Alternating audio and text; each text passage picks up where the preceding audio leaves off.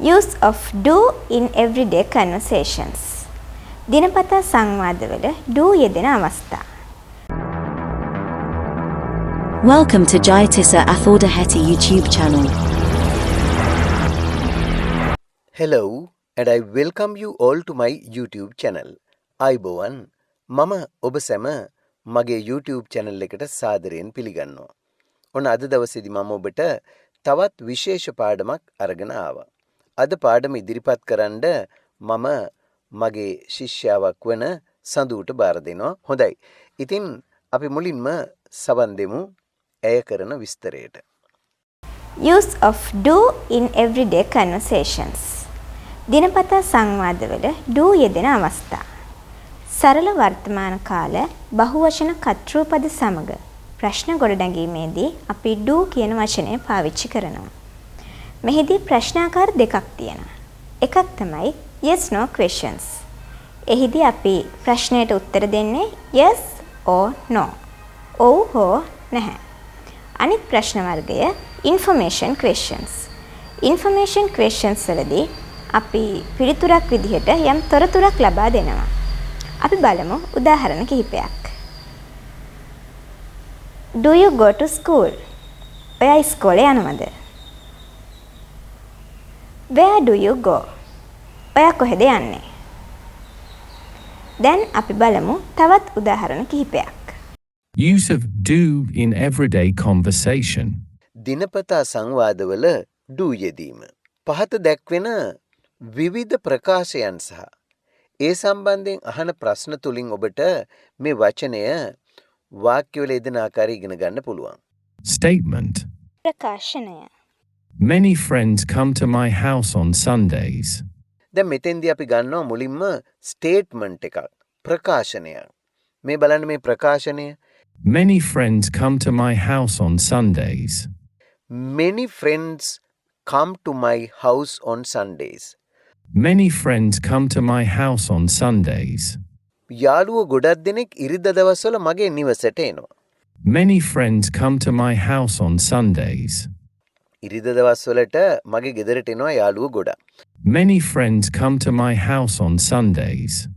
ඔන්න ඔය ප්‍රකාශය සම්බන්ධයෙන් do යොදාගෙන අහන්න පුළුවන් ප්‍රශ්න ගණනාවක් තමයි මම ඔබට අද ඉදිරිපත් කරන්න යන්නේ. ඔන්න බලන්න පළවෙනි ප්‍රශ්නය. Do your friends come to your house on Sundays? ඔබේ යහළුවන් ඉරිදා දිනවල ඔබේ නිවසට එනවාද? Do your friends come to your house on Sundays?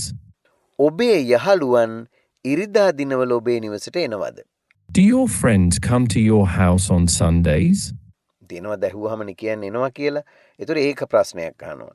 එතකොට මෙහෙම අහද්දී අර ද කියලා සිංහලේ අහනවා වෙනුවට ඉංග්‍රීසියේ ගන්නේ do කියලා මුලට ගන්නවා. Do the your friends come. ඔයාගේ යාළුවෝ එනවා.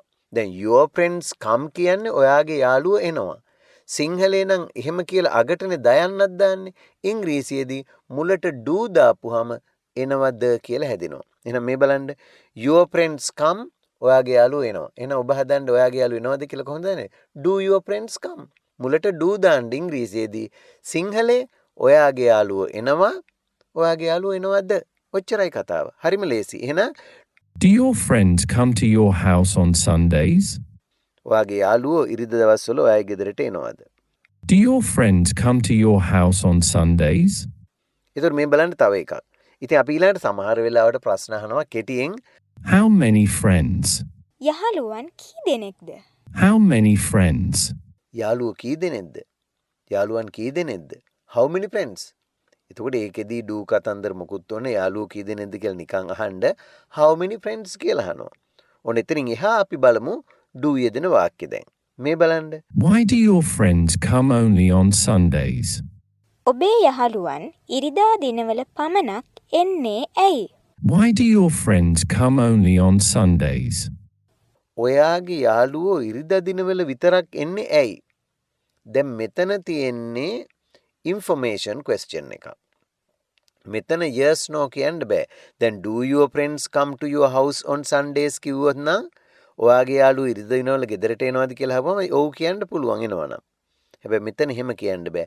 මේකේ තොරතුරක් දෙන්න ඕනේ. Why do your friends come only on Sundays?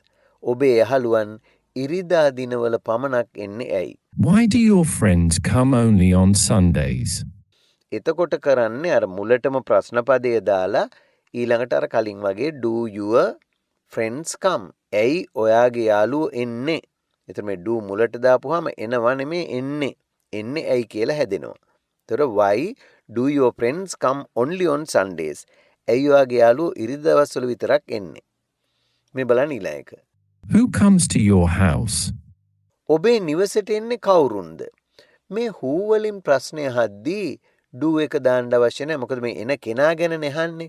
සාමාන්‍ය ප්‍රශ්නකදී do එක මුලට ගන්න කර්තෘට මුලින්. දැන් මේ කර්තෘ ගැන අහද්දී ආයෙතන do එකක් ගන්න අවශ්‍ය වෙන්නේ නැහැ. කෙලින්ම අහනවා who comes to your house? කවුද ඔයාලා ගෙදර එන්නේ?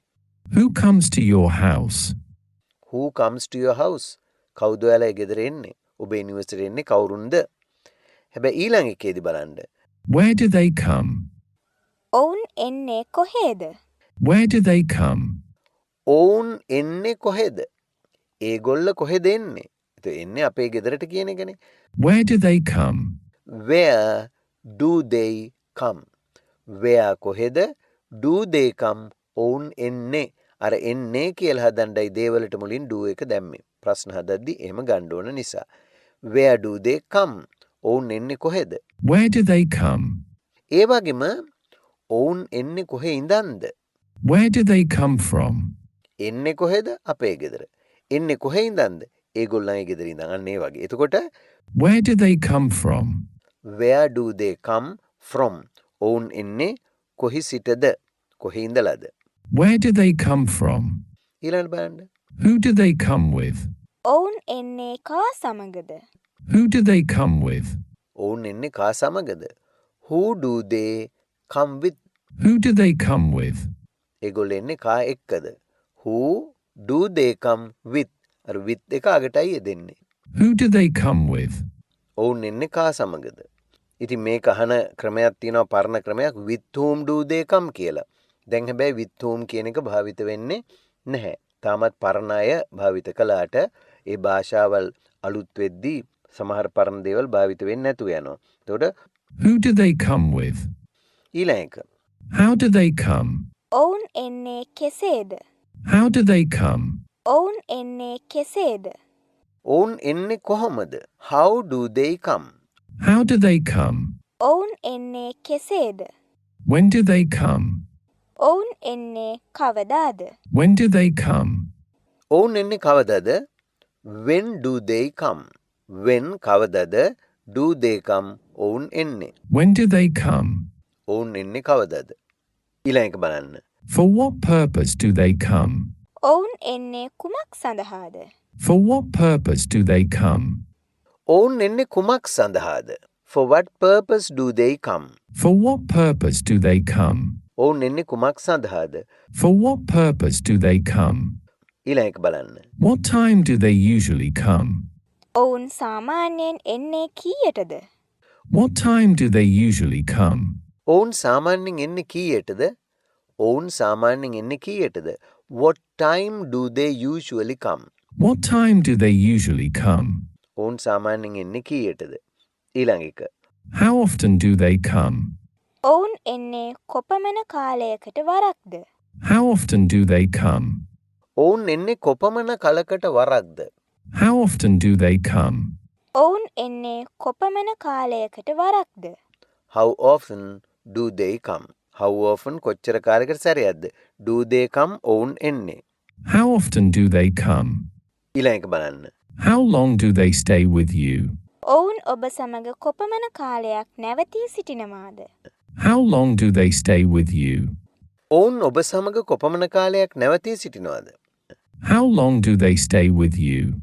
How long do they stay with you? How long do they stay with you? ඔවුන් ඔබ සමග කොපමණ කාලයක් නැවතී සිටිනවද? How long do they stay with you? ඊළඟ එක. How many times do they come every month? ඔවුන් සෑම මාසකම කී වතාවක් එනවාද? How many times do they come every month? How many times do they come every month? ඔවුන් සෑම මාසකම කී වතාවක් එනවාද?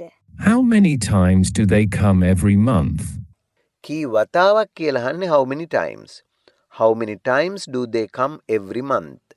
ඔවුන් හැම මාසෙකම කී වතාවක් එනවද? How many times do they come every month? ඊළඟ එක බලන්න. What do your parents say about them? ඔබේ දෙමාපියන් ඔවුන් ගැන කියන්නේ මොනවාද? What do your parents say about them? ඔබේ දෙමාපියන් ඔවුන් ගැන කියන්නේ මොනවද? ඔයාගේ දෙමාපියෝ ඒ ගැන මොනවද කියන්නේ? What do your parents say about them?